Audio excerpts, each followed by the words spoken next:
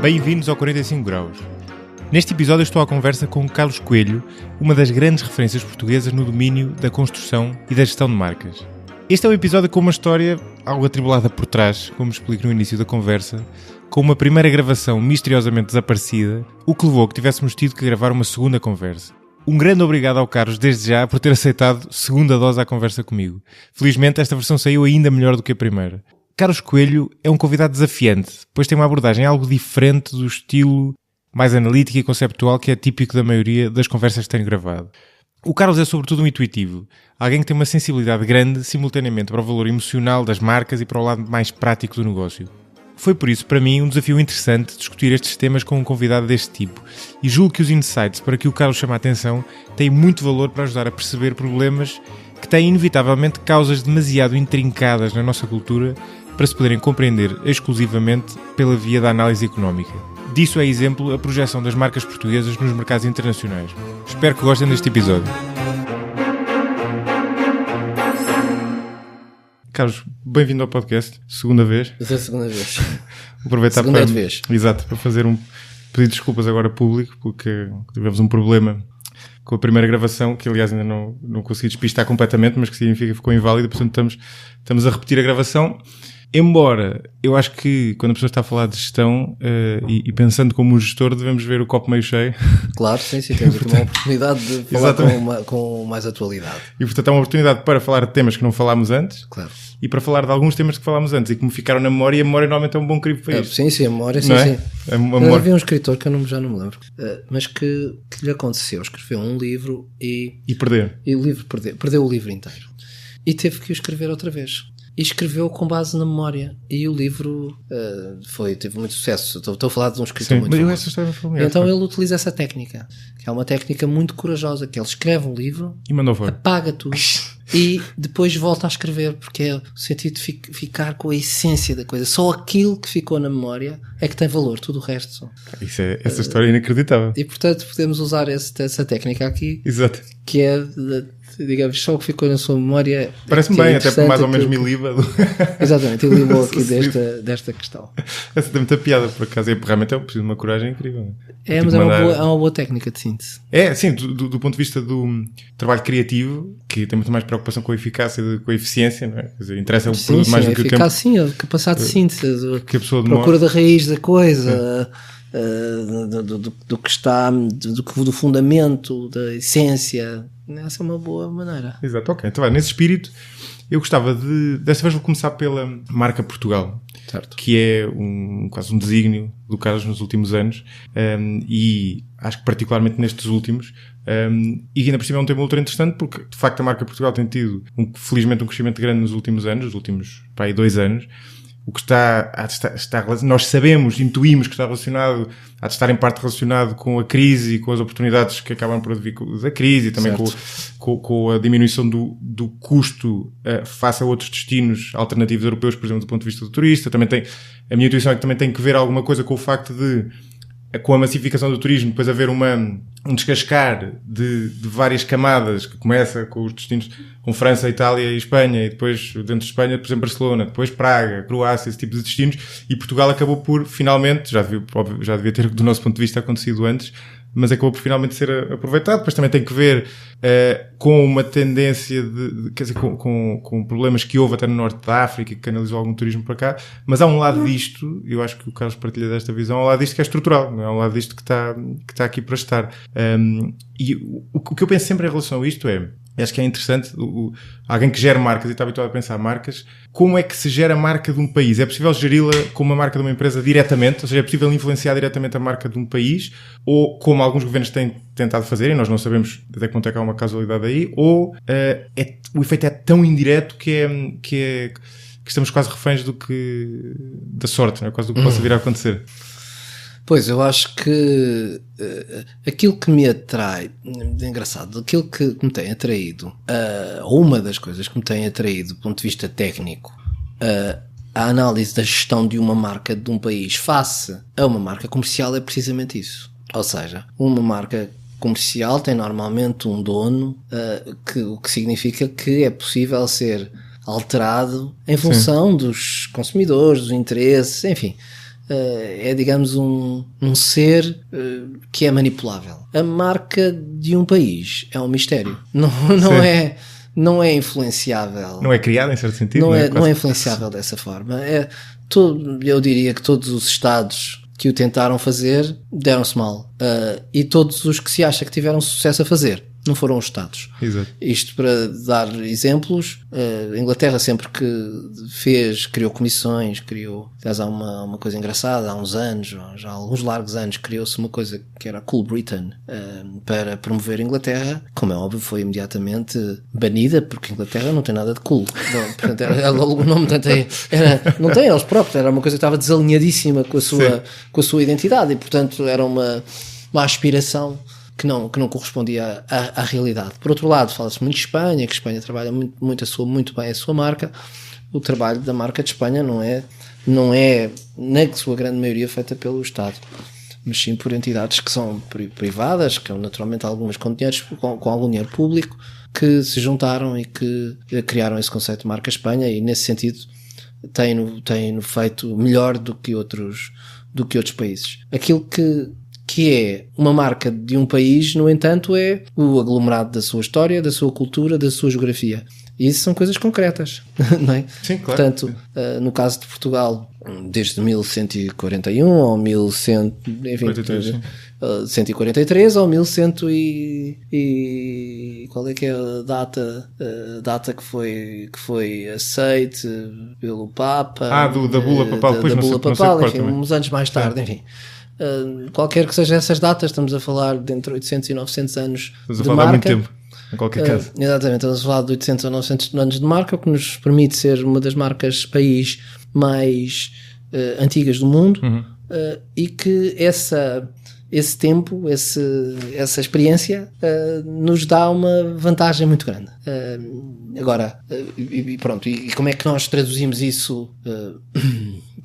Traduzimos isso em marca nos tempos que correm.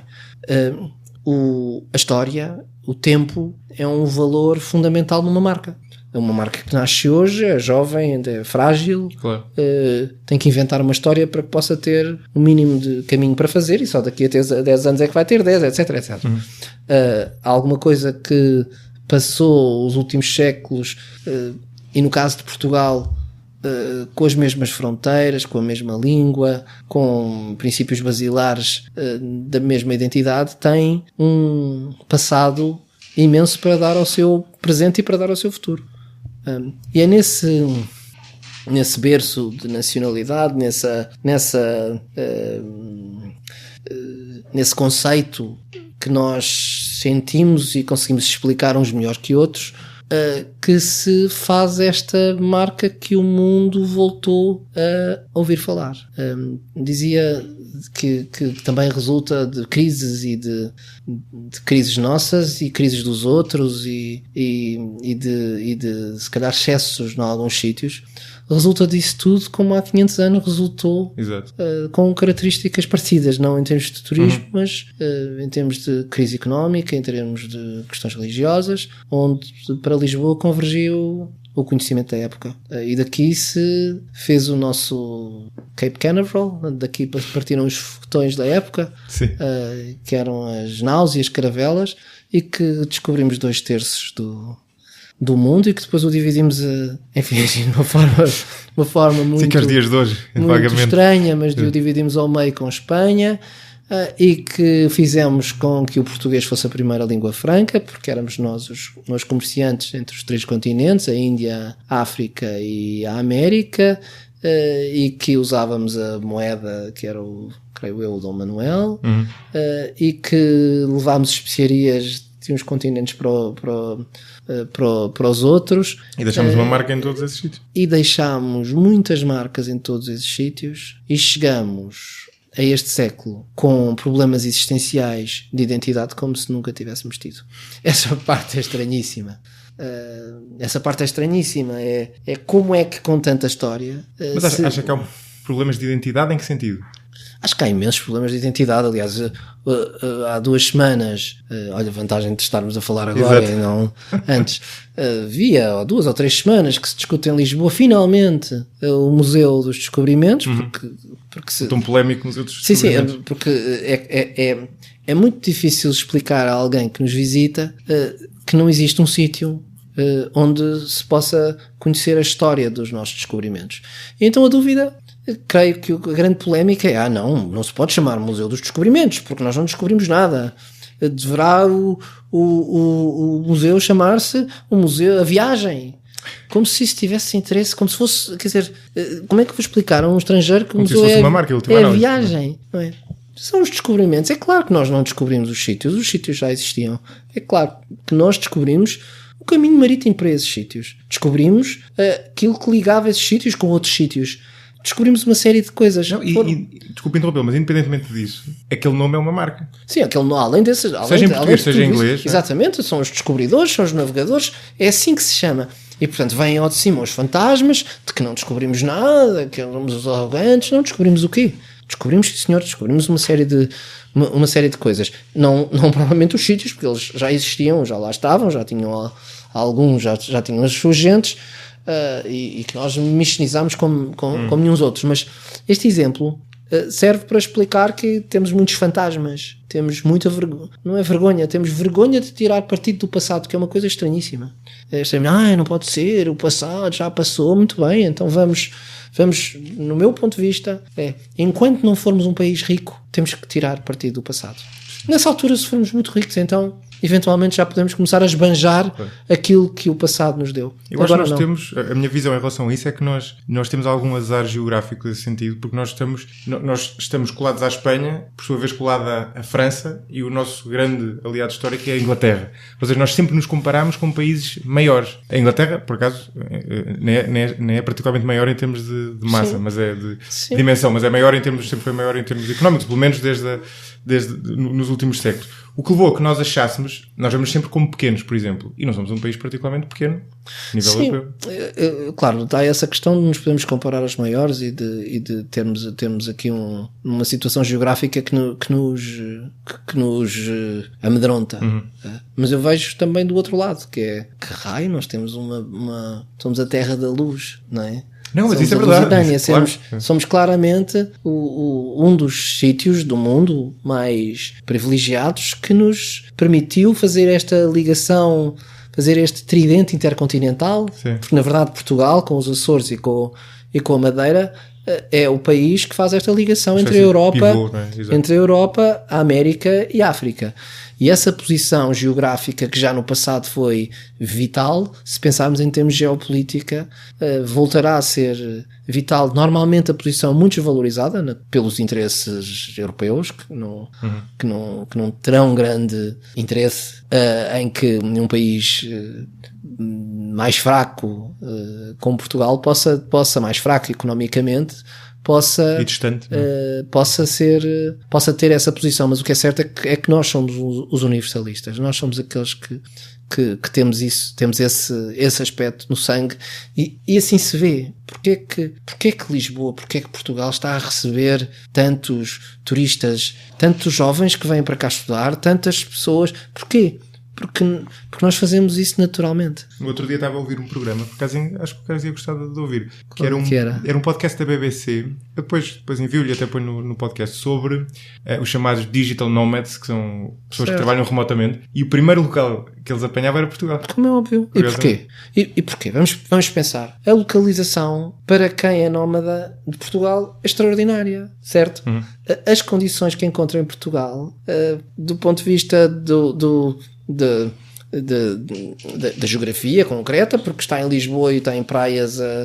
Quem faz surf? Aliás, é uma coisa engraçada que quando se falava da Web Summit, para Portugal por esta razão ou por aquela razão, sabe qual foi a razão principal? Foi o surf? Claro, como é óbvio. Ou acha que tem interesse? Não me custa especialmente acreditar. Como é óbvio, então você vai juntar 50 ou 60 mil jovens durante uma semana, 3 ou 4 dias. Tem umas palestras, tem coisa, pronto, o pessoal vai trabalhar.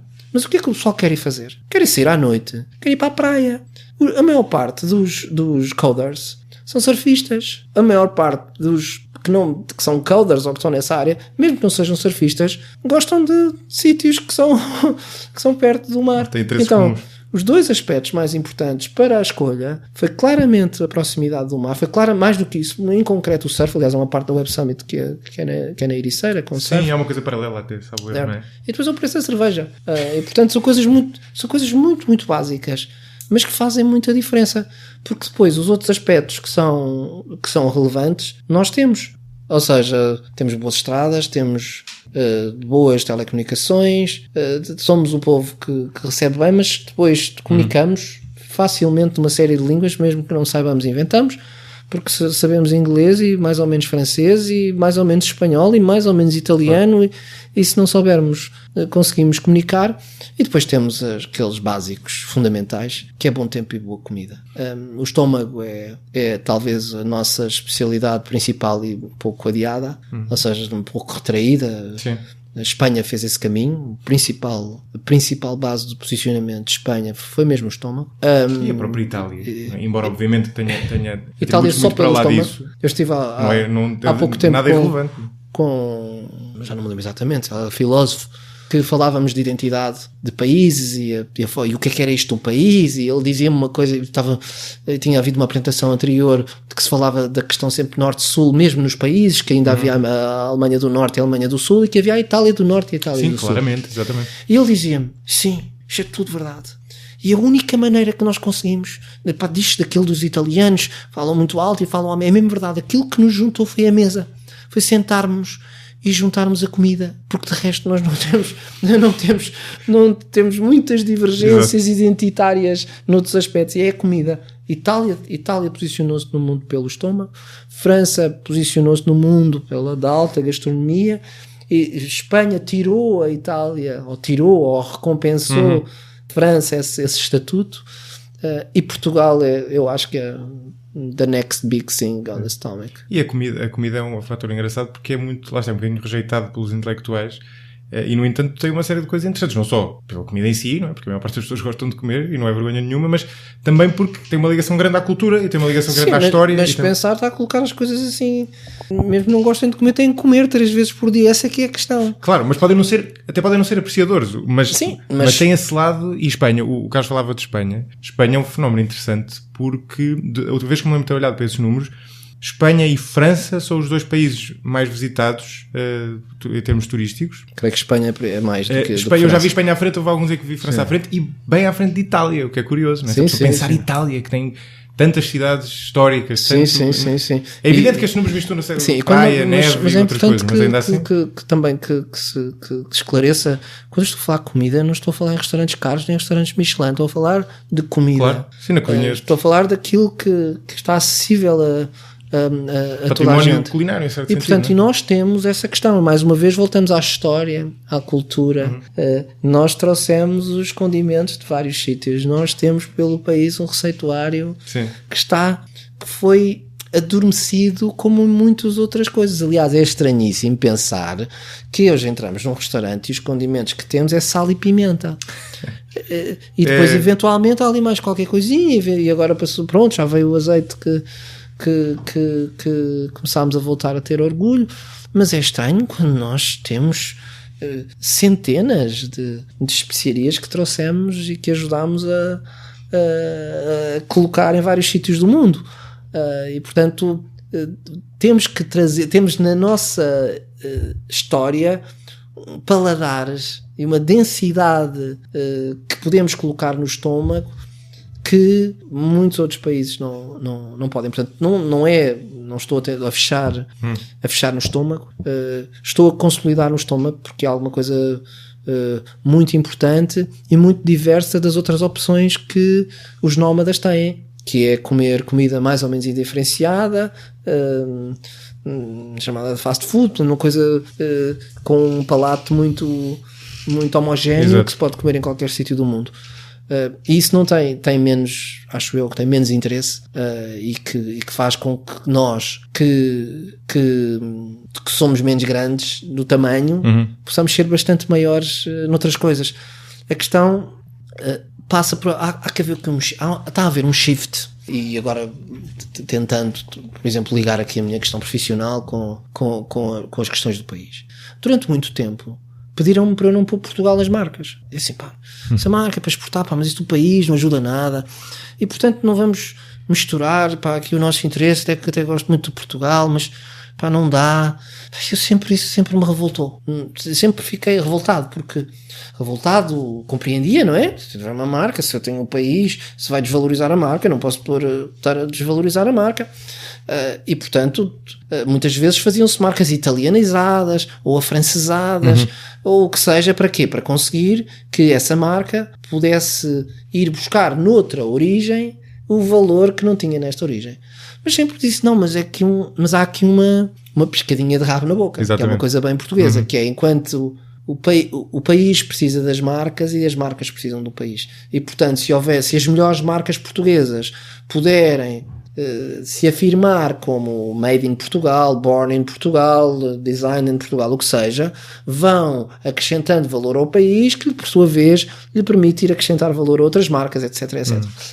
Foi assim que aconteceu em Espanha, é assim que vai acontecer em Portugal, e aos poucos está-se a fazer essa viragem. Ou seja, os portugueses estão a reconciliar-se com Portugal, estão a perceber que, afinal de contas, há muitos estrangeiros que começaram a encontrar Portugal qualidades que já estariam perdidas nos seus países, ou achavam que já foram extintas, de alguma forma, nos seus países.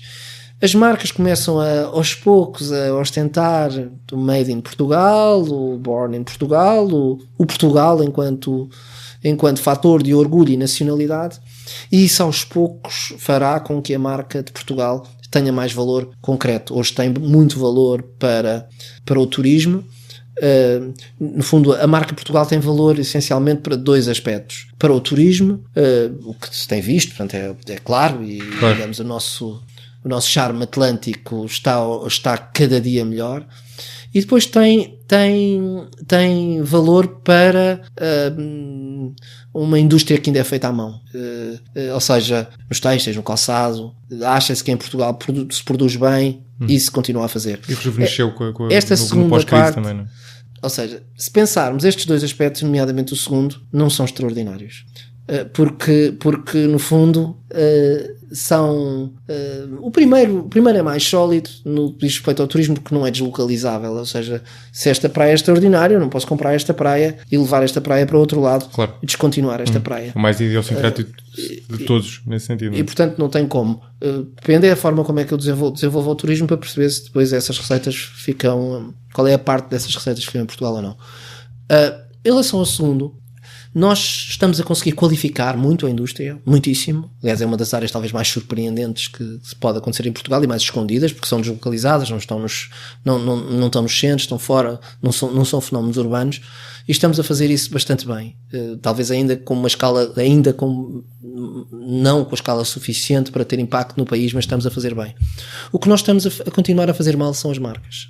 Ou seja, nós precisamos de passar a ser conhecidos por termos marcas de têxteis muito boas, ou marcas de calçado muito boas, ou marcas de qualquer outra coisa muito boas, e não somos muito bons a fazer. Ou seja, continuamos com uma taxa de subcontratação muito elevada em relação à capacidade industrial.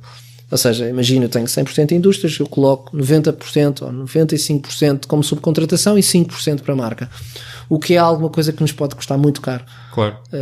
Até porque a fatia marca dos lucros de empresas é difícil de medir, mas está relativamente provado que tem um peso grande. Não é? Essa diferenciação. Sim, tem todos os aspectos, não apenas sobre, não é apenas fatia margem libertada pela marca, estamos a falar de aspectos de sustentabilidade, que é diferente eu ser um subcontratado que no dia que houver uma melhor oferta noutro sítio qualquer, como já aconteceu na crise anterior, não é? Quando foi deslocalizado para a China e para o Bangladesh, etc, não é? Portanto, não tenho nenhuma relação e, portanto, não tenho como, fico sem clientes. Outra coisa, eu tenho a minha marca que faço o meu caminho. O atraso nessa matéria é um atraso que tem custado muito caro a Portugal. Mas esse é um ponto engraçado. Até gostava de explorar isso um bocadinho mais, porque no fundo o que o Carlos está a dizer é que a realidade não é ainda muito diferente do que era aqui há uns anos, é muito diferente a nível do turismo, não é diferente ao nível das marcas e da nossa indústria, e até provavelmente alguns serviços, em que não se aposta, essas empresas não apostam ainda na marca Portugal. E o que eu penso sempre em relação a isso é, como é que é possível, o Carlos falava há pouco e dizia, em Espanha fecha esse caminho, mas há aqui sempre um problema que é difícil de sistematizar, que é como é que há aqui até uma espécie de externalidade, porque do ponto de vista do país é útil que a marca use a nossa bandeira. Certo. Do ponto de vista da marca, é útil que a bandeira do país seja desenvolvida de modo a que ela a possa usar. Claro. Mas como é que nós conseguimos alinhar isto de forma a que a marca tenha interesse em usar a bandeira numa altura em que essa bandeira ainda não aporta valor àquela marca? Não é? Porque a decisão pode ser racional. Aquela marca, aquela empresa, não é o que eu quero dizer? Sabe, eu tenho um caso concreto que existe, de muitos casos, mas uma marca que em termos práticos era um sonho, era uma ideia, e que depois acabei por cedê-la ao Ministério da Economia, e que é hoje o Portugal Sou Eu. Uhum. A ideia do Portugal Sou Eu era uma ideia romântica de que invertia o sentido da responsabilidade. Diz-se sempre, a responsabilidade é dos governantes e daquilo, e não, diz assim, não, Portugal sou eu, Portugal somos nós, Portugal é cada um de nós, Portugal claro. Sou eu. Sim. E, portanto, antipaternalismo em certo sentido. Sim, né? é dizer assim, depende de cada um de nós. As opções que nós tomarmos são as opções, o país vai ser aquilo que nós tomarmos. Sempre que nós vamos às compras, votamos com a carteira. Sempre que eu escolho uma coisa que é portuguesa, eu estou a contribuir para a economia nacional. É paternalista? Não. Eu próprio não. Eu sou profundamente... Antipaternalista. Eu sou profundamente nacionalista e eu não rejo as minhas compras por serem coisas portuguesas todas.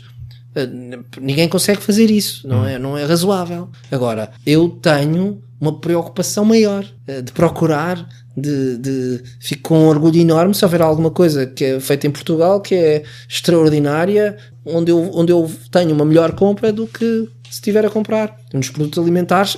A mim faz mesmo confusão comprar coisas que não só faz muita confusão, faz mesmo e chateia-me. Ainda ontem fui ao supermercado e chateia-me porque tenho pouco tempo para ir, tinha aquele bocadinho para ir e não comprei quase nada, porque as frutas eram todas de Espanha e eu não quero comprar.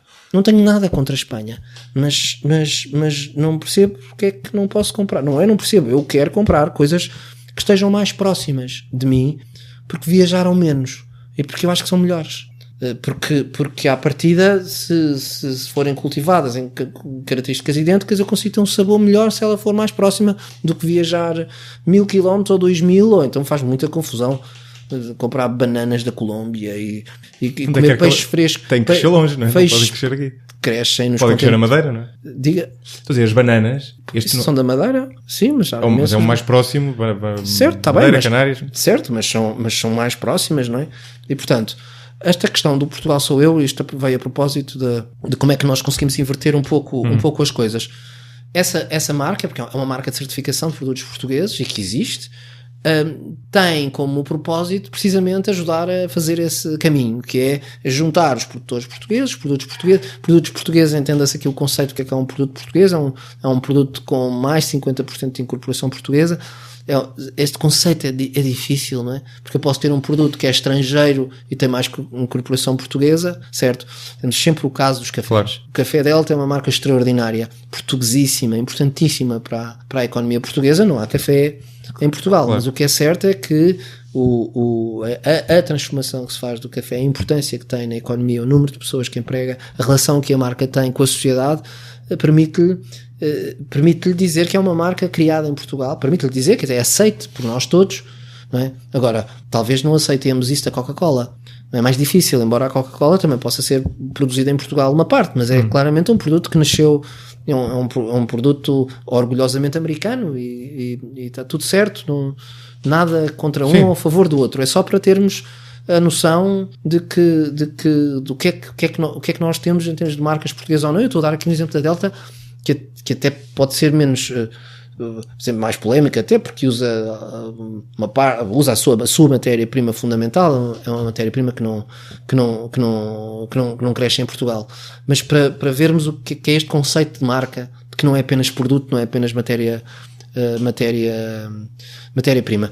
E esse Portugal sou eu não tem o impacto que eu gostaria que tivesse, porque o impacto de dentro ou se calhar no todo já existe um impacto, não especificamente por causa do Portugal sou eu, mas pelos fenómenos de agregação que têm acontecido, porque pela vitória no Europeu, no Festival da Canção, pela eleição do ex-Engenheiro Guterres, enfim, pelas coisas todas que nós conhecemos de impacto internacional que têm tido, esse Portugal sou eu aparece de outras formas, não é? Então agora que estamos no Mundial, as marcas leva Portugal a peito, claro, leva isto, faz isto, faz aquilo. Portanto, há esse sentido de orgulho que depois se espera que resulte numa atitude concreta, quer ao nível do consumo interno, não é? Quer ao nível do empreendimento. Mas eu gostava para não me esquecer, pôr aqui uma nota que para mim é o maior desafio de todos, que é, nós estamos num momento de Portugal. Temos os holofotes postos em cima, destino número 1 do mundo em termos de turismo, temos subido em quase todos os rankings qualitativos enquanto país. Saiu há pouco tempo um ranking de segurança onde passámos para 3º lugar. Sim. Absolutamente notável. E eu acho que nos dá um orgulho sobre todos os aspectos. Claro. Isso sim nós não valorizamos devidamente, não estamos habituados a qualidade de vida, à falta dessa segurança. Depois basta termos um avião e irmos ao Rio de Janeiro ou assim, a outro sítio para sentirmos o valor que esse tipo de coisas tem. Mas portanto, temos um momento de Portugal, mas continuamos a crescer décimas, certo? E chamamos inclusive a atenção, pode haver um problema no orçamento do ano que vem, porque vamos ter menos apoio dos fundos estruturais da comunidade. Portanto, continuamos a ser alimentados pelo fundo da Europa e por uma ideia de sermos um país fraco. Temos um salário mínimo que é 1/3 do salário francês. E, por isso, os preços dos nossos produtos, dos nossos serviços, são ajustados ao poder de compra nacional. Claro. Enquanto assim for, não conseguimos alterar. E esse é o maior desafio. Nós temos que valorizar os nossos produtos, ou seja, simplificando, temos que vender mais caro, temos que subir os preços e temos aqui um primeiro impacto, que os portugueses vão sofrer com essa, ou seja, o consumo interno vai sofrer bastante com esse aumento. Mas é a única forma que eu é uma proposta, sim, de conseguir libertar margem para que seja possível aumentar os salários. Ou não vejo como, não sou especialista em macroeconomia, nem economia, nem micro, mas aquilo que me parece é que não é razoável. Se estamos num momento, se estamos num pico de notoriedade elevada da nossa marca, que não aproveitemos para fazer alterações significativas no valor dos nossos produtos. Muitas marcas estão a fazer. Então, mas deixa-me tentar descascar isso. Eu até queria passar para outro tema, mas agora não resisto a tentar descascar isso. É certo que o preço, isso para algumas pessoas até pode ser contraintuitivo, embora todos tenhamos essa experiência, o preço em si mesmo concede valor ao objeto ou ao serviço que está a ser prestado. Ou seja, o vinho é o exemplo acabado disso. Sim, é a única qualidade comparável. Exatamente, é a única qualidade absolutamente comparável. Agora, dito isto, isso é verdade, o Carlos estava a referir-se mais a produtos, a serviços ou a ambos? A ambos. Porque no caso, quer dizer, nós temos o grande problema desse exemplo que o Carlos dava tem que ver com o que é transacionável e não é transacionável. Certo. Normalmente aquilo que não é transacionável, o exemplo típico é o corte de cabelo, por exemplo, está correlacionado com o nível de vida do país. O que é transacionável tem preços globais. Ora, se eu tenho um serviço ou um produto que é valorizado de determinada forma a nível global, se eu do dia para a noite lhe dobrar o preço, é provável que seja contraproducente. Sim. Eu aprecio a ousadia da proposta. Mas a questão é o seguinte, podemos ir mesmo pelo vinho. Você marca um vinho em Portugal por 10 euros. 10 euros é um vinho caro para Portugal. Sim, mas ou seja, vai dizer assim, este vinho é um vinho que não é acessível. Pois então, quando ele tem um preço global de 10 euros, vai ser considerado um vinho de muito baixa qualidade. Porque um vinho com uma qualidade comparável francês custará 30 euros. Porquê? Sim, o vinho porque mais uma vez foi feito para quê? Para responder ao nível de vida e ao poder de compra que tem França. Certo? Certo. Não é? Mas no vinho até nem há impedimento em vendê-lo, e nós fazemos isso, se calhar não fazemos o suficiente, mas vendê-lo para fora mais caro do que vendemos para dentro. Sim, mas essa é uma discussão muito grande. Porque pronto, mas o Carlos provavelmente está a falar de outros exemplos que não dê para fazer isso dessa forma. Sim, porque são de todas as naturezas. Se ajustar os preços para o salário mínimo, nós vamos perder Portugal. O que é que eu quero dizer com isto? O que é que aconteceu em Lisboa? Porquê é que as casas todas foram compradas ou estão a ser compradas por franceses e brasileiros e belgas, enfim? Porque o poder de compra é muito mais elevado. Ou seja, 500 mil euros de uma casa para uma família portuguesa é muito dinheiro, para uma família francesa que vem de Paris é muito menos dinheiro, certo? Portanto, pode comprá-la por 700 ou 800, que mesmo assim é barato. Portanto, ou seja, veio naturalmente influenciar o preço. O imobiliário é um bom sítio para ver o ajuste de preços que nós estávamos, que é assustadoramente caro para um português, que diz, não, eu não tenho como viver em Lisboa, mas que é ainda acessível para uma pessoa do centro da Europa, certo? A questão que se coloca aqui é quem é que vai ficar com essa margem. Porque essa margem vai acontecer e vai acontecer, já aconteceu no imobiliário, vai acontecer nos serviços, nos vinhos, nos produtos de todas as naturezas, certo? Eu gosto muito de vinho e digo, sou a última geração que bebe vinhos portugueses extraordinários a preços acessíveis, porque não tenho como mais, porque se eu quero beber vinhos com este tipo de qualidade, mesmo espanhóis ou franceses, eu não tenho, pago o triplo, o quádruplo, 5 vezes mais. Claro, sim. E portanto, aqui o ajuste, e depois é uma questão básica da economia. Como é que você aumenta os salários? É produzir mais? Produzir mais como? Parece assim, os portugueses produzem muito pouco. Produzem muito pouco como? Produzir com mais qualidade. Podem produzir com mais qualidade, muito bem, pode ter esses ganhos todos. Mas uma das formas é, se nós queremos ter salários comparáveis, temos que ter preços finais comparáveis. Pois, não é uma das bases. É claro, a minha opinião é que isso funciona ao contrário. É que fala-se sempre da produtividade. Sempre da produtividade. Eu tenho que ser mais produtivo. Mas eu vejo na minha empresa, eu sou menos improdutivo do que uma empresa francesa da minha atividade. Pelo contrário, nós acabamos de trabalhar mais horas, certo? A diferença é que depois, voltamos aos fenómenos da escala, de uma série de outros aspectos, aquilo que eu consigo cobrar por uma determinada ideia é 3 ou 4 vezes menos do que aquilo que... Claro. E é portanto, isso. Nos serviços esse é um exemplo interessante e tem atraído a deslocalização de muitos serviços para Portugal por causa disso. Exatamente. Então, mas temos que aproveitar para ajustar, para subir os preços, não é para dizer assim, vou continuar barato, vou vender barato, não tenho que forma de aumentar os salários. Ser ambiciosos, no fundo. Sim, é dizer, então, que raio? Então, se eu tenho um país tão extraordinário, porquê é que aqui há de ser mais barato do que... Olha, eu tinha muitas palestras sobre estes temas. E outro dia houve um empresário, um jovem empresário, que me falava, a propósito do setor dos sapatos, do posicionamento da sua marca e como é que ele estava e as dificuldades e tal. Eu estava neste discurso da monetização da economia, na valorização, e sobretudo na valorização destes aspectos mais diferenciadores, que são as manufaturas, as manualizações, etc. Ele tem uma marca de sapatos de homem feitos à mão. E ele dizia, mas eu tenho dificuldade, eu já subi muito os preços e dizem que eu sou maluco, porque vendo a 250 euros, como eu não consigo concorrer com a Prada, Eu disse, olha, que bom exemplo que você deu. É exatamente isto. Quanto é que, na mesma coisa, como é que estão os da Prada? Aparecem a 500, eu não sei, então pronto. O meu conselho, sabe o que é? Venda a 650. Porque o preço é uma qualidade comparável. Se você se puser metade do preço da Prada, você vai ser metade da qualidade da Prada. Se você diz, não, os meus sapatos são feitos à mão, se quiser comprar uns sapatos mais baratos, compre da Prada. Para o seu target, naturalmente, não é? Pois tem que ter qualidade. Para o seu target. Claro para isso. Como é óbvio, tem que dizer, se acredita naquilo que está a fazer, se os seus sapatos são mesmo feitos à mão, se são peças únicas, não venda mais barato do que a Prada. Porque a Prada vai vender os sapatos, tem uma marca extraordinária, que você não tem, certo? Mas tem uma indústria.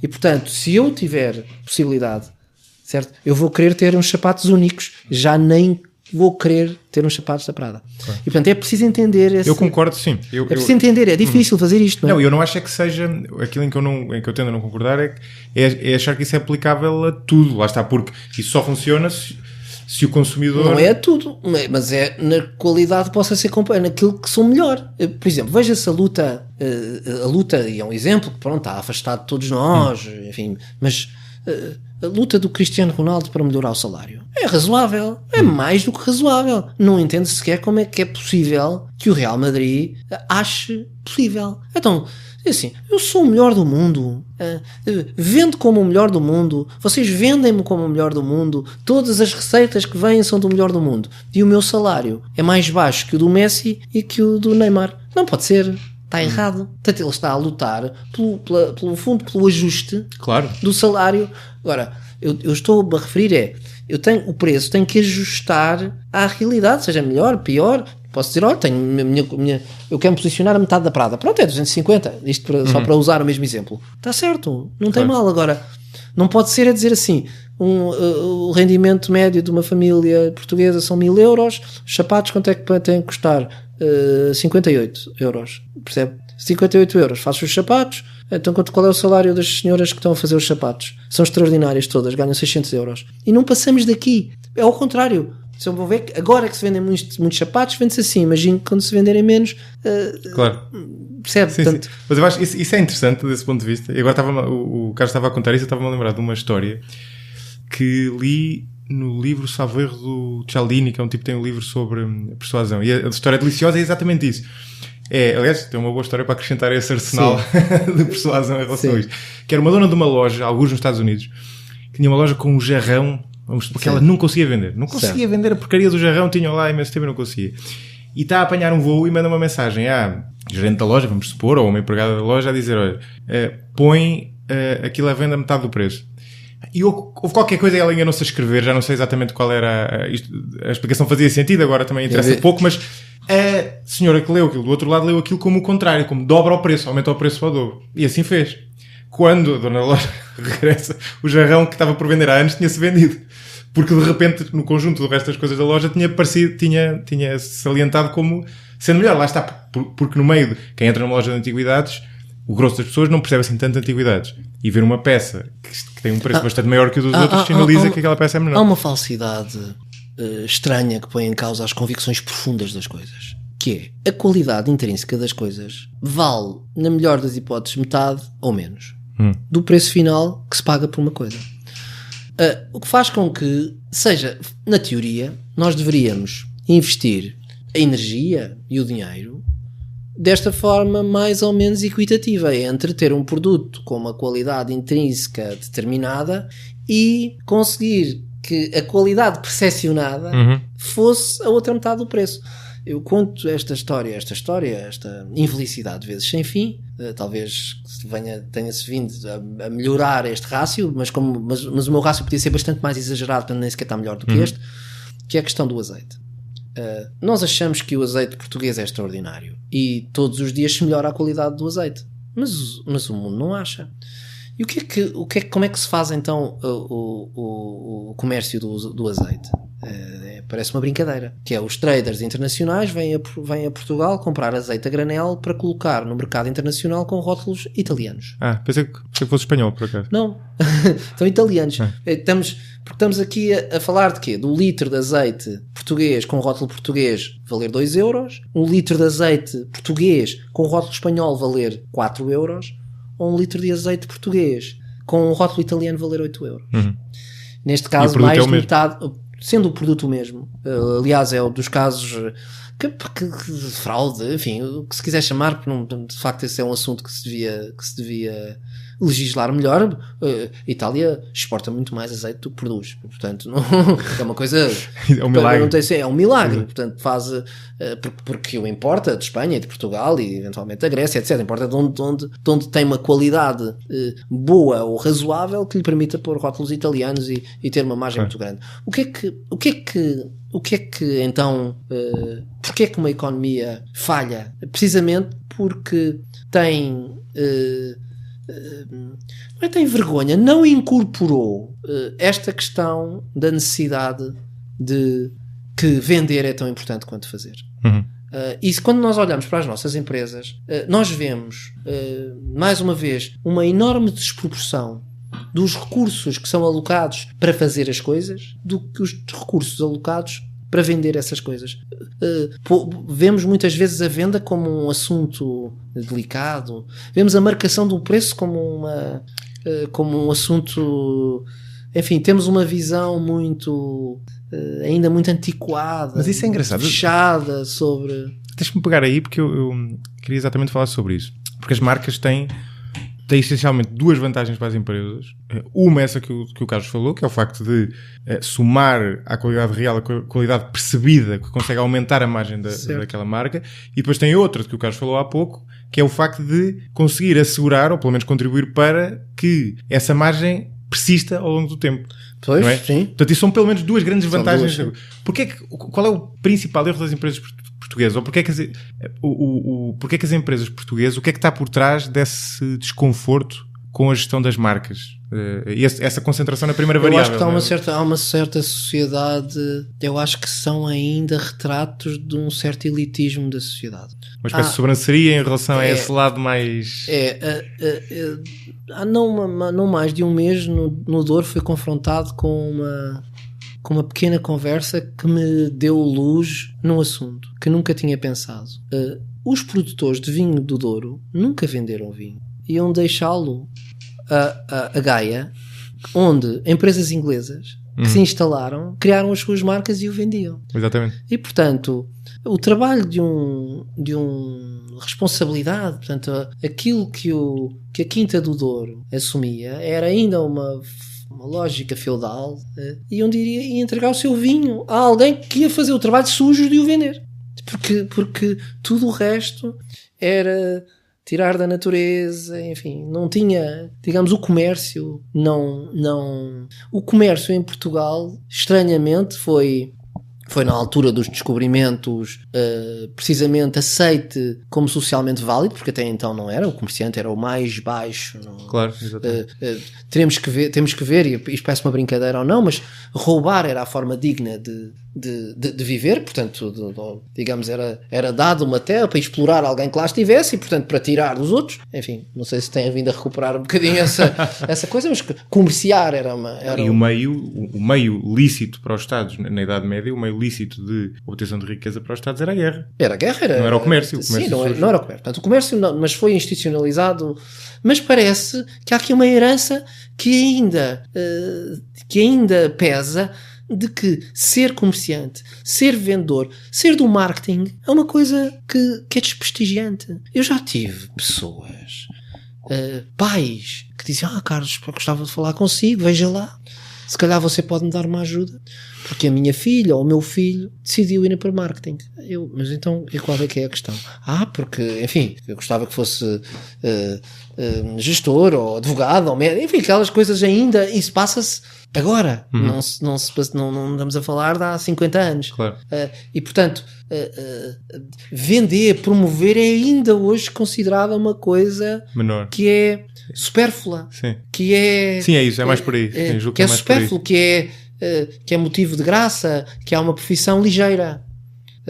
E, portanto, e que não se concentra no essencial, no fundo, não é? Quando na verdade o supérfluo, e tem sido tema de algumas palestras minhas, quando na verdade se calhar o supérfluo é o essencial. Ou seja, se eu conseguir trabalhar a qualidade percebida dos produtos que tenho, do país que tenho, eu consigo fazer uma alteração significativa na economia. Porque não estamos a falar, eu não preciso ser o melhor do mundo, eu tenho que ter um preço ajustado à qualidade que estou a entregar, e tem que ser comparável, não é? Comparável com as outras ofertas que existem. Mas há aqui um crivo, que é, se eu fizer um discurso e disser assim: eu vou querer que tudo seja mais barato, toda a gente vai achar bem. Se eu disser: não, eu vou querer que tudo seja mais caro, vão dizer: vou ser morto. Vou ser... Porque se acha, é uma visão elitista e luxuosa, de um país luxuoso. Claro, era isso que eu gostava que Portugal fosse um país luxuoso, que não tivesse estes barcos enormes, que não estão aqui a passar, estes barcos enormes que não pagam quase nada, que têm um impacto negativo. Não se fala disto, por exemplo. Nós temos não há nenhuma cidade do mundo que deixe entrar estes bichos a ter um impacto enorme no centro da cidade, a serem 4.000 pessoas de uma vez, não é? Porque vendemos barato, percebe? Vendemos barato, não temos a coragem de dizer não, se quiseres vir a Lisboa ficas do lado de lá e vamos desenvolver precisamente o Seixal ou o Barreiro, ficas do lado de lá e vens e tens mesmo que consumir e tens que ficar 2 dias, por dizer, mas então se calhar assim não queriam vir a Lisboa. Queriam porque a nossa geografia não vai mudar. Aquilo que é extraordinário que nós temos vai cá ficar, não é? Ela pode ser mal explorada e portanto esse há uma certa vergonha. Tens vergonha de dizer assim, lá somos muito bons, não, mas tem que ser baratinho. Mas porquê? Quando nós pensamos sempre nos outros e valorizamos os outros por ser caro. Sempre que eu fui à Itália custava tudo uma fortuna, certo? Sim. E portanto a Itália não tem menos sucesso por isso, certo? Não é? Claro. Mas assim, mas nós não somos tão bons como a Itália. Então somos tão bons porquê? Eles têm as coisas deles, nós temos as nossas coisas, são muito diferentes.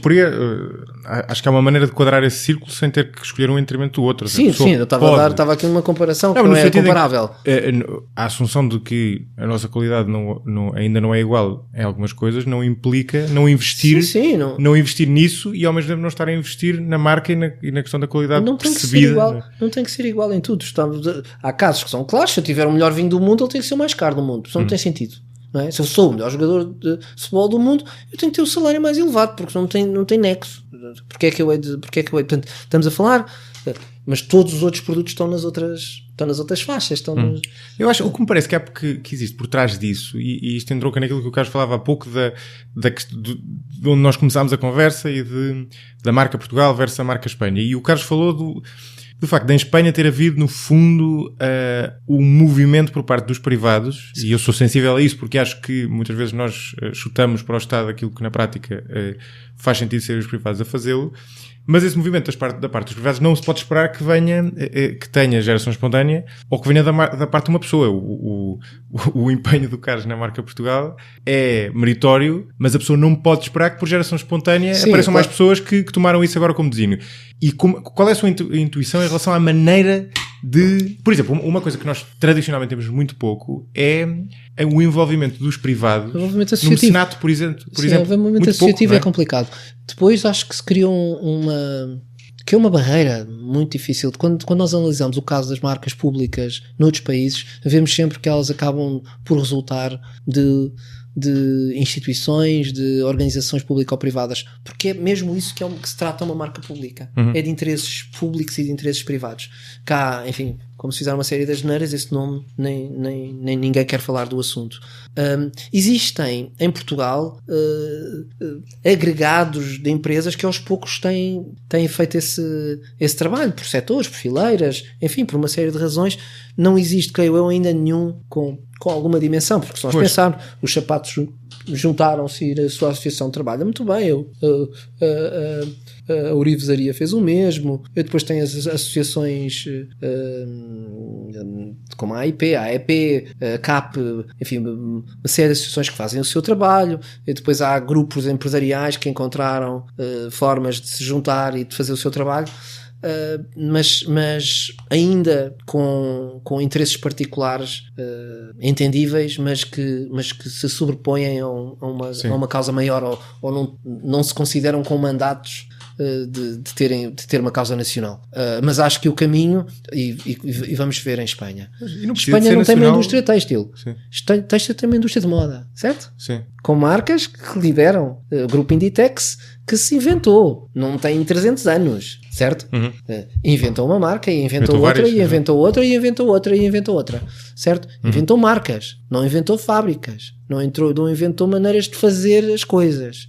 Inventou uma forma de se relacionar com o consumidor, certo? De entender dos seus hábitos, de entender que as mulheres precisavam de grandes centros de terapia para poderem, no fundo, extravasar a sua forma de ser, e que isso traduzia-se em roupa que não tinha que durar uma vida, só tinha que durar uma estação. Sim. E por isso tinha que ser mais acessível. Sim. Quando eu falo de aumentar os preços, não é, e isto às vezes pode ser mal interpretado, aumentar um preço. A Zara é bastante mais cara do que a Primark. bastante mais. E portanto, para quem acha que os preços da Zara são muito baratos, são acessíveis, mas o que custa 9,99 na Zara custará na Primark 3,99. Sim. Portanto, sim, o segmento da Zara não é propriamente tão baixo como às vezes se pensa, não é? Sim, é mais acessível, mas pronto, é mais acessível, pronto, mas é massificado. Mas quando eu digo aumentar os preços, tem que ser no setor, tem a ver com o posicionamento que eu quero, não é? Eu acho sempre que, quando falo de Portugal, tem que ser sempre alguma coisa mais cara, porque nós temos pouco, certo? Se nós temos pouco, não pode ser barato, não tem como, não é possível, não podemos produzir em massa, não vamos concorrer. Os nossos concorrentes não podem ser países grandes, altamente produtivos, ou com coisas, acho eu, desinteressantíssimas. Ou então sou eu que vejo o mundo de uma forma diferente. Sei lá, acho eu, a Holanda é hoje, creio eu, o país com mais rentabilidade na indústria primária, portanto, a produzir alimentos do solo.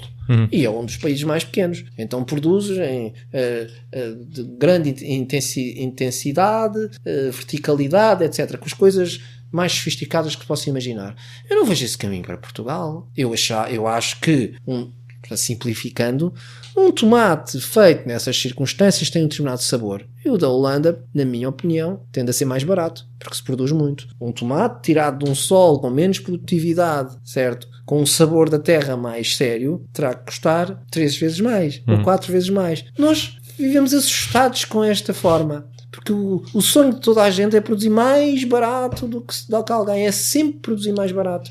É achar-se que vai-se fazer em Portugal uma empresa de móveis que vai produzir mais barato que o IKEA. Isso não tem sentido. Então deixa-me tentar descascar isso um bocadinho mais e pôr-me do lado do produtor. Do produtor ou do consumidor? Sim. Não, neste caso do produtor. Certo. Porque esta conversa agora lembra-me de um conceito que eu acho ultra interessante. Eu já lá vou.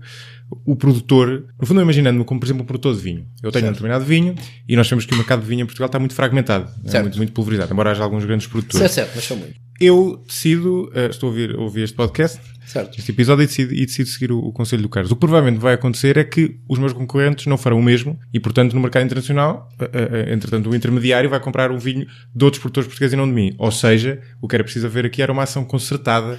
Não sei, ou eu vou ser tal, se eu for para uma feira, tenho os meus concorrentes a 10 e eu vou vender a 30, eu se calhar vou conseguir ter um nível de diferenciação que começará por ser de rejeição. Certo? Para dizer, como é que é possível? Mas se eu tiver, porquê? Junto a todos os portugueses, é difícil que isso aconteça. Onde eu queria chegar é o seguinte: há um conceito que eu falei na conversa com o Pedro Magalhães, que é a questão, que é o capital social, que eu acho interessantíssimo e que tem que ver está muito correlacionado com o desenvolvimento económico, não só crescimento, mas desenvolvimento no sentido mais lato. E tem a ver com a confiança entre as pessoas, com a confiança entre os agentes e com a capacidade, entre outras coisas, de se organizarem. E para a marca de um país, isto parece absolutamente essencial, não é? Porque a marca do país num setor, que já é uma versão mais pequena do que a marca do país no geral, exige que os membros daquele setor, que as empresas daquele setor, que os gestores daquele setor se consigam associar, se consigam entender para um bem superior deles todos e inclusivamente para aquilo que nós falamos há pouco, ter a marca de Portugal. Eu tenho uma visão, talvez pelo estudo das marcas e pela maneira como vejo, que não vejo que resulte desses movimentos agregados. Sempre que você tem alguma disrupção no mundo, uma grande marca foi alguém que teve a coragem de fazer de uma forma diferente. A maior produtor de vinho em Portugal, sabe o que é a Sograp, certo? A Sograp ganhou 2 anos seguidos Best Winery in the World, é uma empresa extraordinária. A Sograp resulta de um dia, um homem ter querido fazer o seu caminho fora do percurso da família, né? E querer, sem vinhas, inventar um vinho que lhe chamou Mateus, que tinha uma cor diferente, que esse homem não tinha nenhuma casa daquelas, fez um contrato com o conde Mateus para usar a imagem e depois pensou na guerra, vou inventar uma garrafa ainda diferente que é o cantil da guerra. Portanto, pôs em causa tudo o que era a origem da não garrafa, é vinho, não tenho uma garrafa de vinho, não tenho vinhas, pôs em causa todos os princípios do vinho. E foi isso que até hoje, e que não tinha vergonha de vender, porque ele não estava preocupado com as vinhas, ele estava preocupado com as vendas. Portanto, ele andava no mundo, com as garrafas a dar às pessoas e experimento e uma coisa diferente. Fez talvez uma das marcas mais importantes do mundo, de vinhos, certamente de Portugal, e que permitiu ter hoje a grande Sograp que tem e continua a vender o Mateus Rosé, e muitos portugueses digam, isso não é vinho, isso é uma porcaria, isso não é nada. Não, de facto, isso é alguma coisa que foi diferente. E, portanto, para eu ter uma disrupção, eu tenho que ter a coragem de fazer alguma coisa diferente, eu tenho que ter a coragem de chegar a um mercado e ter um posicionamento diferente. Mas eu não acho que sejam incompatíveis, por acaso. Bem, já agora, em relação ao Mateus Rosé, o que é mais engraçado ainda disso tudo é que eles têm enormes vendas à Itália. Certo, De claro. todos os sítios, que é curioso, não é? Mas eu não acho que as coisas sejam incompatíveis, porque isso que o Carlos fala é o rasgo de... Isso é um rasgo, muito bem. Marcas individuais. Mas aquilo que o Carlos falava há pouco, e eu concordo, é que... É um movimento mais... Justamente, né? Exatamente. São várias marcas do mesmo país no mesmo setor, não é? França, Itália tem várias marcas no setor da moda e Espanha recentemente também, não é? Sim. Não é só uma. Se fosse só uma, adiantava pouco. O exemplo da Rússia, por exemplo, é engraçado. Eles têm... Há uma marca russa conhecida no mundo, que é a Kaspersky. Sim. Aquilo adianta-lhes de pouco, não é? Claramente é um outlier. Não... Mas esta é a minha intuição. Eu posso estar enganado. Acho que é uma conversa interessante. Acho que pode ser um início de uma solução para este puzzle, mas posso estar enganado. Nós estamos cansados das nossas coisas. Nós somos o país que acha que o vinho do Porto e o vinho da Madeira não têm futuro. Então devemos ser o único país do mundo. É engraçado, não é? Portanto, nós somos os que temos, e nós somos o único país do mundo em que achamos que o vinho não tem futuro e que está antigo. Isto porquê? Porque eu acho que os nossos produtos, a nossa economia e a nossa, digamos, dimensão social da economia está infectada do vírus do comprador. O que é o vírus do comprador? É o gajo que chega, não é? E quer comprar. Quer comprar o quê? Mais barato e mais. E que chega e diz, isso que o vinho está isso já está em desuso. Isso está em desuso. 20 euros nem pensar. Eu quero, quer que me faça mais não sei quantos. Isso pago no máximo 5 euros. E o pessoal vai para casa triste e, poxa, já me vieram 10 compradores seguidos a dizer que isto não vale nada no futuro e o caraças. Isso não é verdade. É só o comprador. É o comprador, como é óbvio, não é? Não há nenhum comprador que vá dizer, não, isso tem um futuro do caraças. Claro. 20 euros, se calhar você até dava aqui um jeitinho e ajustava por cima e vendia a 25. Ninguém vai fazer isso, não é? E portanto, o pessoal acredita mesmo que o mercado é feito do comprador. Isso não é verdade. O mercado não é feito do comprador. O comprador tem o seu papel no mercado, não é? Porque vai tentar naturalmente comprar o mais barato que possa. E aquilo que me dizem, eu joguei aqui a fazer essa pergunta quando estava a falar do vinho, diz, ok, eu ponho o meu vinho mais uma coisa e depois não vendo nada. Não é? O que é que eu faço com o vinho? Não, sim, mas essa era... O que é que eu faço com o vinho? O que é que eu vou fazer ao vinho? Ou o que é que eu vou fazer ao meu produto se não consigo vendê-lo? Fazer uma marca é um caminho, não é? Fazer uma marca é um caminho. Todas as histórias que eu conheço das marcas passaram por caminhos muito, muito duros. Aliás, há uma história engraçada que eu creio que são as sardinhas Queen Elizabeth, se não me engano. Não conheço. Que chama-se Queen Elizabeth. E que a história vem de um trader português que vendia sardinhas para a Inglaterra e que, talvez eu não vá contar a história exatamente como ela se foi, mas interessa a essência. Ficcionada a essência. Ele mandou um barco de sardinha de sardinhas em lata para Londres e aquilo aconteceu, teve lá retido, aconteceu uma questão qualquer. E ele tinha vendido, imaginem, na altura, vamos pôr em euros, não, imagino que era €1 cada lata, e como aquilo tinha lá criado um imbróglio, só lhe queriam dar 20 cêntimos. Então ele encheu-se de orgulho e mandou dizer, nem pensar, eu não vou desvalorizar o meu produto. E segundo reza a história, mandou deitar tudo ao mar. E não vendeu nada. Essa história chegou à corte de um empresário com orgulho português que não cedia a desvalorizar o produto. Fazendo long story short, ele foi convidado para ir lá a um jantar com a rainha e lá depois de umas conversas e dele ter feito lá um donativo, a rainha veio-lhe perguntar como é que posso retribuir este ato de honra. Ele dizia, deixe-me usar a sua marca nas minhas sardinhas, e foi concedido. Mas é engraçado. E, portanto, é uma história, são traders, é uma história que me agrada na história, são as convicções. As histórias, as coisas sempre tiveram a ver com convicções, nós parece que não acreditamos.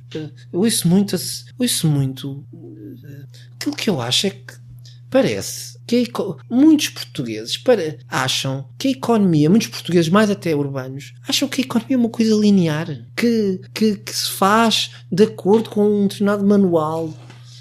Eu sempre gostei de estudar biografias, porque eu sou formado em design e portanto não tinha nada da gestão. E pronto, como fiz uma empresa, quando saí da escola precisava de aprender alguma coisa e no fundo aprendi um bocadinho de gestão e de marcas ao mesmo tempo. E então, muitas, mas uma das que mais me marcou, que é simples de partilhar porque ele é muito conhecido, o fundador da Sony. A Sony começou por 2 jovens engenheiros, não é, que depois da guerra resolveram fazer uma empresa lá nos barracões onde chovia e tal. E então ele sempre teve muita noção que tinha que fazer para fora de... Pronto, ele era um tipo especial, aqui uma horita, e que tem 2 histórias que vou contar. Uma da marca, que é a empresa tinha um nome esquisitíssimo, japonês naturalmente, e ele foi talvez o primeiro que teve a coragem de mudar o nome da sua marca para Sony, que era o Sony Boy, que ele viu nos Estados Unidos a chamar na rua e percebeu que com o nome que tinha nunca ia a lado nenhum. Não tinha como ter empresa nenhuma. A segunda questão foi, para mim, o sonho de quem quer ter uma empresa. É uma história simples, ou rosto simples, como eu vou contar, que é, eles estavam a começar a empresa e ele conseguiu fazer um contrato na Alemanha com a BASF. E então chegou, todo contente, ao seu sócio, e conseguimos o primeiro contrato. E ele disse, para fazer o quê? Para fazer fita magnética. E o outro perguntou-lhe, e o que é isso? E ele disse, vamos inventar. Tudo o que eu conheço das empresas é assim. São coisas ilineares, onde primeiro se continua e depois se começa, como se diz, a brincar. Não é? Mandar-se para a frente, não é? Como se é claro que eles tinham uma ideia do que era, não é?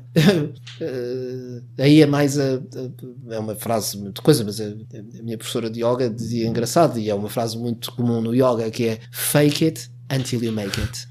Esta é uma coisa que os portugueses não acreditam. Não acreditam porque vai quase contra a natura, não é? Sim, Exatamente. é uma coisa quase imoral, que se está a enganar as pessoas. Não, mas o sentido do fake it until you make it é precisamente porque tu estás a fazer o caminho. Tens que fazer o caminho. Sim, é verdade. Há outro lado, eu acho essa expressão interessante e realmente eu reconheço que é muito contra a nossa cultura. Muitíssimo. É ofensivo. É muito difícil a pessoa...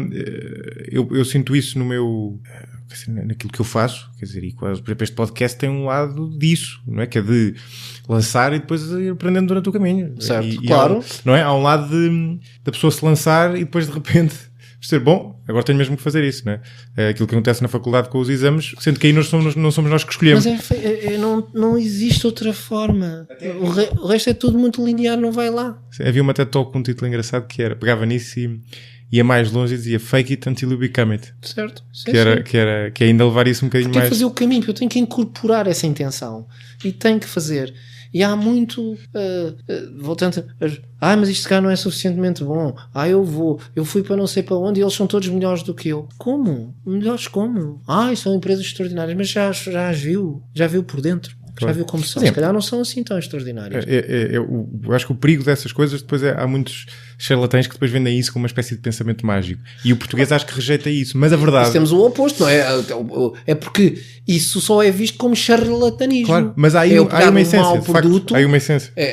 Pego numa banha da cobra e vendo-a. Pronto. Aí estamos no extremo oposto. Quer dizer assim, eu tenho um país mau, com produtos maus, com uma qualidade má e vou posicioná-lo como uma coisa extraordinária. Temos o oposto, aquela história de que alguém vendia sardinhas num restaurante ali na Baixa por 100 euros ou 150 euros cada prato. Estamos no oposto, não tem sentido. Não é? Estamos a enganar as pessoas. Não é? Portanto, não é isso que temos que referir. Mas não temos que ter aqui o nosso tradição judaico-cristã e tal, que temos que coisa muito bem comportados e dizemos, isto é mais ou menos, então o seu produto é bom. Modéstia. Sim, uma modéstia pobre. Continuará a ser pobre. Isso tem muito que ver com a dimensão cultural relacionada com a modéstia, exatamente. Certo. Que é muito... Tens que ser modesto. Tens que ser modesto. Vais continuar a ser pobre ou vais continuar a ser rico. É uma forma de perpetuar a maneira como a sociedade está organizada. Se fores rico e modesto, vais continuar a ser rico. Não há nenhuma questão. Se fores pobre e modesto, vais continuar a ser pobre. Preciso... Eu acho que isso é um equilíbrio. O equilíbrio da modéstia. Quer dizer, o equilíbrio, isto é... As características culturais resultam do meio ambiente e, portanto, é um equilíbrio a que se chegou. As pessoas são desta forma. E ele resulta em Portugal, mas para exportação, por exemplo, no mercado internacional, se nós formos como somos cá, perdemos. Não tem como ser modesto. Modesto como? O que é isso? Claro. O que é modesto isso? Realistas, ou seja, se nós formos, se nós nos vendermos de uma forma estritamente ajustada àquilo que nós temos, vamos perder face àqueles que estão a vender-se de uma forma empolada. Os americanos, por exemplo, são tipo isto. Há uma história aqui que eu já contei, engraçada, de um tipo que estuda exatamente essas diferenças culturais, que ele contava que ele é holandês e a Holanda, nesse aspecto, é relativamente parecida com Portugal. E ele contava que ia a uma entrevista de emprego para uma... É mais parecido, assim, claro. Exato. Ele contava que ia a uma entrevista de emprego para uma empresa americana. Ele foi lá, mostrou o currículo dele e não ficou. E depois, anos mais tarde, veio a perceber que ele não tinha ficado porque os restantes candidatos eram todos americanos e tinham empolado fortemente o seu percurso, enquanto ele tinha ido lá e tinha modestamente relatado aquilo que tinha feito até ali. Portanto, esse lado é curioso, de facto. É difícil... Quer dizer, é preciso a pessoa avançar, mandar-se para a frente. Eu tenho dito montes dos atos, pronto, em síntese, que tento fazer, nós temos talento, falta-nos descaramento. E o descaramento está-nos a custar, a falta de descaramento está-nos a custar muito caro. Sim, descaramento é uma boa expressão. Porque temos que ser descarados, e o contrário, nós dizemos, não, tens de ser humilde, tens de ser discreto, tens que, não te podes sentar na primeira fila, é logo nas universidades, o que é que acontece? Senta-te, pá, não dês muito nas vistas. Então, mas se eu tenho um produto para vender, não posso dar nas vistas? É o contrário, eu tenho que dar nas vistas, é o contrário. E o mau aluno, o bom aluno, a nossa cultura é um bocadinho penalizadora com os bons alunos, sobretudo entre os homens, não é? O bom aluno é um bocadinho, se ele é bom aluno é porque não anda a viver a vida decentemente, não é? Pois, para não tem sentido, não tem sentido. Que é um bocado pernicioso, não é? É estranho, não é? Portanto, há muitas dessas coisas. A mim faz muita confusão, sei lá, de dar uma aula e estar as duas primeiras filas vazias e as outras. Eu digo, olha, vocês desculpem, são alunos de marketing, normalmente são... Ainda por cima. São alunos de marketing, se não atenção a entenderem este princípio não é fácil, não é? Se estão envergonhados, talvez mudem de área de estudo, porque não é o sítio certo para fazer. Não, a escola ensina pouco isso, ensina pouco a falar em público, por exemplo. Sim, porque se mistura a forma de estar. Eu acho que se mistura, não sei, eu tento pelo menos fazer aqui uma separação muito clara entre o que é que deve ser o comportamento de uma empresa e o que é o meu comportamento individual. Eu até pode ser reservado, posso ter uma série de características que não são as características necessariamente que eu preciso para o meu produto ou para a minha empresa. Claro. Certo? Pois a questão é como é que eu vivo alinhado com esses aspectos, não é? Se eu me sinto bem ou se não me sinto bem. A maior parte das empresas resultam de terem líderes que não têm esse nível de preparação para se exporem. Claro, e no fundo não pensam do que é que a empresa precisa. E não pensam as consequências que isso tem. Eu acho que nós vivemos ainda numa sociedade bastante conservadora e que não é muito compatível com os tempos que temos agora, e que isso está-nos a custar caro. Está-nos ainda a criar mais diferenças entre o litoral e o interior, que eu acho que é gravíssimo, porque ainda se deslocalizam mais pessoas para os centros urbanos, e eu temo que haja uma certa desassociação entre ou não haja tanta ligação entre aqueles que vêm viver para cá e os que cá estão, porque os que vêm viver para cá não têm nada a ver, são mesmo nómadas, claro. Certo? Não têm essa questão, vêm para cá quando nós estamos a criar aqui um ecossistema de empreendedorismo em Lisboa. O pessoal, a maior parte, 99,9% não são ricos, certo? Estão à procura de fazer alguma coisa de novo na vida, certo? E portanto estão a trabalhar para terem no fundo, para contrariarem muitas vezes as suas origens, não é? E não, nós somos um país conservador, não somos fechados contra as alterações sociais, mas não as buscamos também. Não as assumimos. Acho que continua a haver bastante elitismo na forma como silenciosamente se gera o país. Carlos, a conversa já vai longa, eu vou terminar e vou avançar para a rubrica final da recomendação do livro. Antes disso, não resisto a uma coisa, porque houve um episódio da nossa gravação original que eu achei imensa piada e não queria terminar esta sem deixar isso, sem pedir ao Carlos para contar essa história, que é a história da campanha da TAP e da origem do cartão TAP Vitória. Essa é uma história. Sim, é uma história todas as marcas têm histórias verdadeiras e simples. Todas. E esta tem uma história que agora já passaram muitos anos, já posso contar. Porque normalmente este tipo de segredos não são partilháveis porque há muita gente que pode confundir isto e desvalorizar ou simplificar a atividade criativa. Claro. Achando que ela resulta sempre de acasos e de coisas simples. Mas neste caso Neste caso que o valor já está firmado. Exatamente, do projeto da TAP. Quando estávamos a fazer o projeto da TAP, entre outras coisas, havia que renomear a Navigator Class na altura, não é? E mudar uma marca de Navigator que gostava muito, não é? Estava desatualizado, gostava muito. Acho que é a raio. Como é que é possível fazer isso? E no meio de stress de 1001 projetos, estava eu a escrever, eu tinha uma investigadora que trabalhava comigo, especificamente no projeto Portugal Genial, e que é minha amiga já há muito tempo e que na altura foi possível dedicar-se a 100% comigo. Eu escrevia à quarta-feira de manhã e ela ligou-me e eu estava nervoso com uma coisa qualquer. Vitória, que é o nome dela, assim, Vitória, que raio. Vitória é mesmo isto. É mesmo isto que precisamos. É uma marca positiva, a vitória for miles winners, exatamente, para os vencedores. A vitória porque é um nome que está na nossa história da Praia da Vitória. Sim, é mais ou menos eufónico também, é universal, porque não é muito diferente a palavra em inglês. Portanto, ela foi uma homenagem que lhe fiz, gosto muito dela. E que na altura não pôde explicar, mas que ainda continua o cartão Vitória, muito bem. Não, e ninguém pensa que é o nome de uma passa pela cabeça que possa ter a ver com isso. E que possa ter a ver com isso. Mas aquilo que eu aprendi e que li, todas as marcas têm uma história pequenina,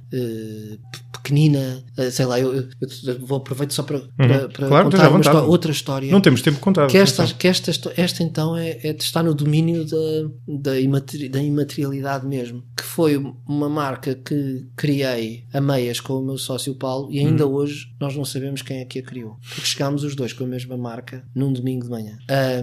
E é estranhíssimo. A marca é muito conhecida, ainda vive hoje. Chama-se Yorn. Foi uma marca que mudou uma geração. Sim, é verdade. Foi feita para mudar uma geração. Lembro perfeitamente. Foi feita para mudar a geração. Foi feita para isso. E nós tínhamos-nos fechado numa cave durante muito tempo, quase um mês. E estávamos meio doidos, porque já trabalhávamos de noite e dormíamos de dia. Estávamos todos muito baralhados.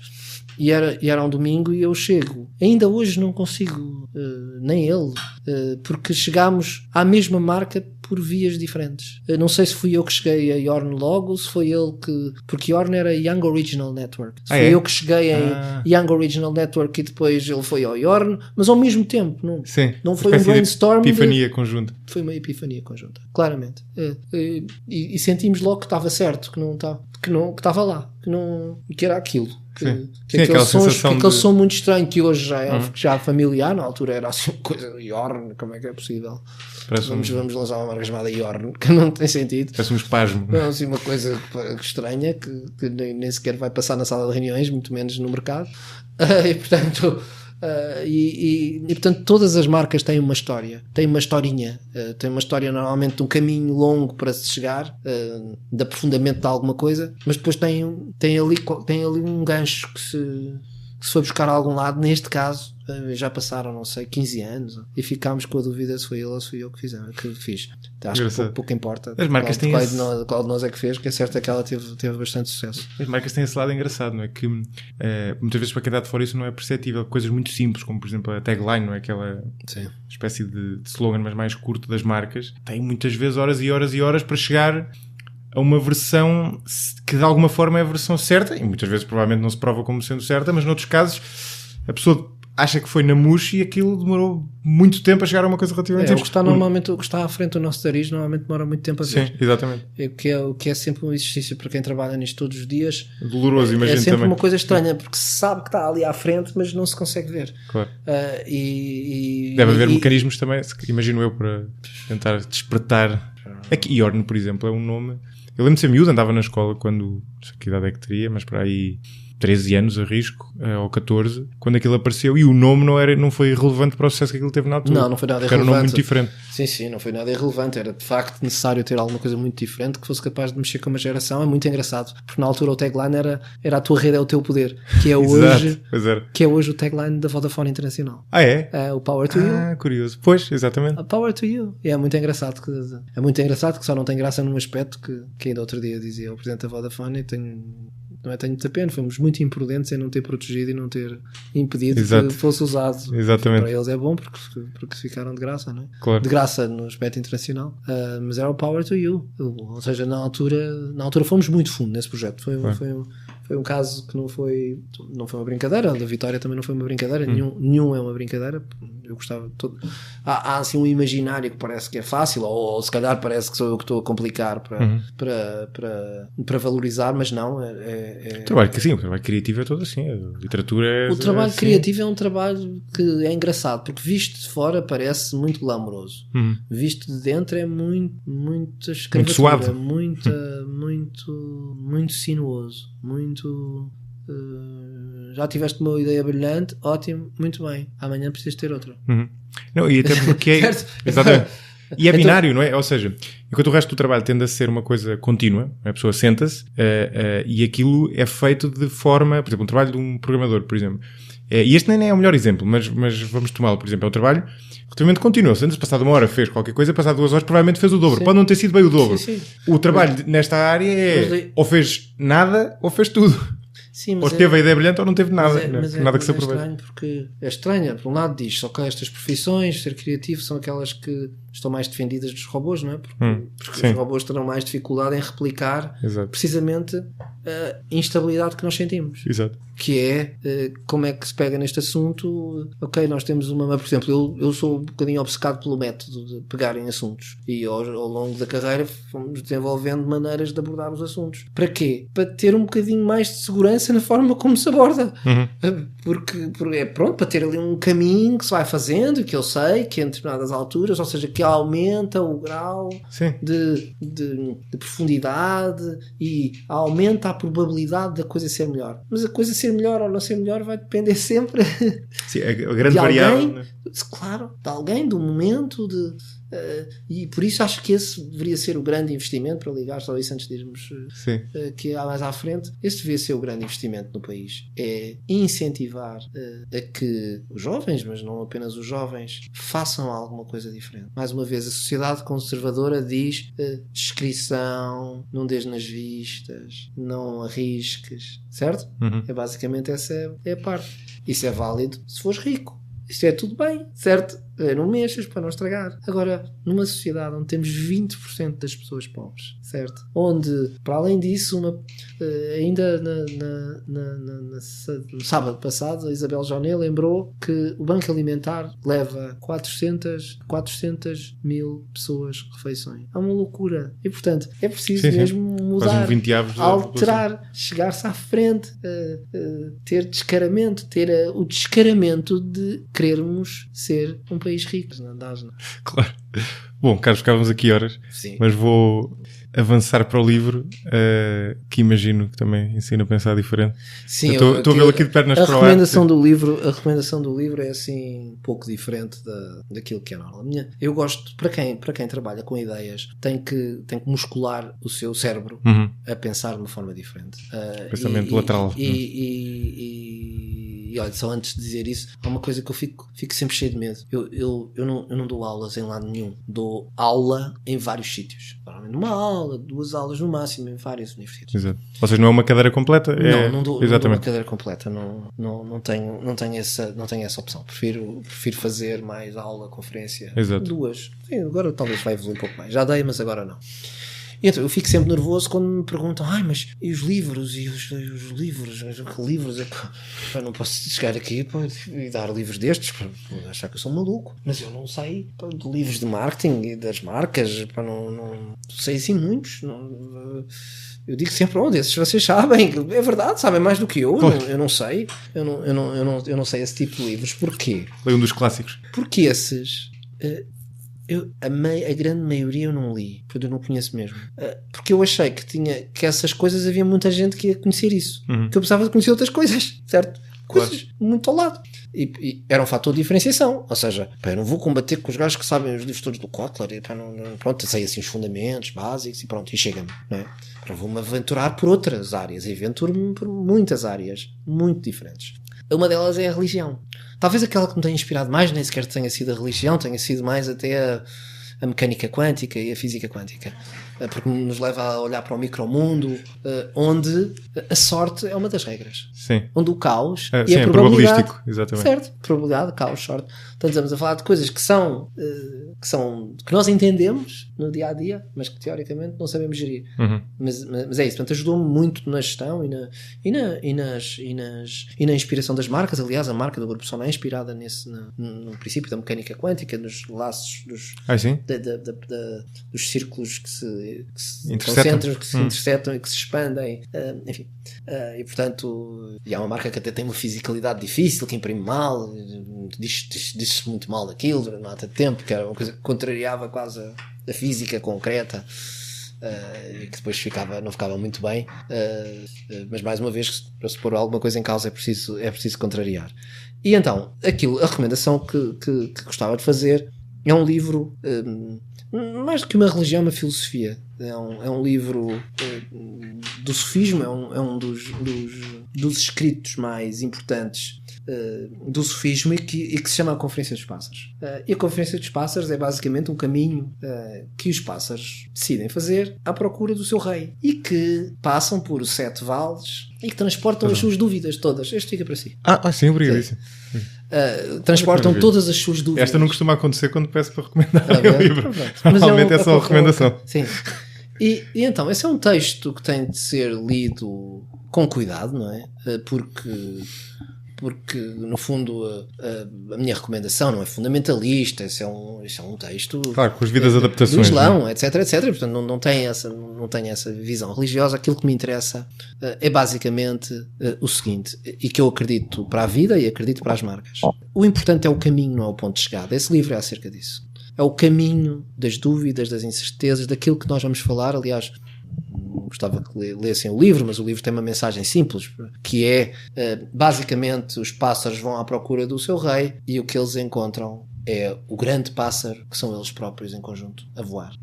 Depois de passarem pelas dúvidas todas e por tudo aquilo que cada pássaro significa, do pavão com ser muito orgulhoso, do outro ser apaixonado, do outro ser pegado às suas riquezas, etc. Portanto, é um texto com quase 1000 anos, creio eu, e portanto cheio de alegorias, difícil de ler, mas como tem muitos layers, tem muitos layers de profundidade, podemos ficar só com o layer principal da viagem. E isto provavelmente foi escrito, algures, na altura da independência de Portugal. Até por aí é curioso. Isso foi Porque ele nasceu em 1121, portanto terá sido depois de 1143, provavelmente, mas não muito depois. É, por aí.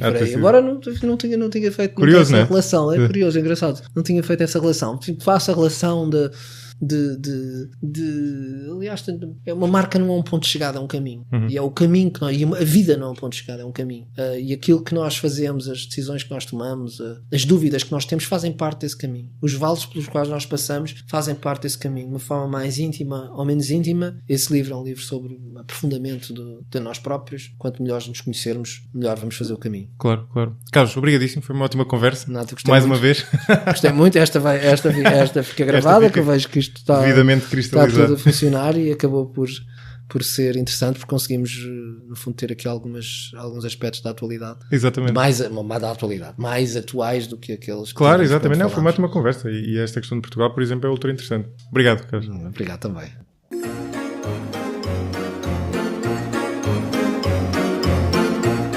Tem gostado do 45 graus? Nesse caso, não deixem de seguir a página do podcast no Facebook e, se utilizarem iOS, de o avaliar no iTunes.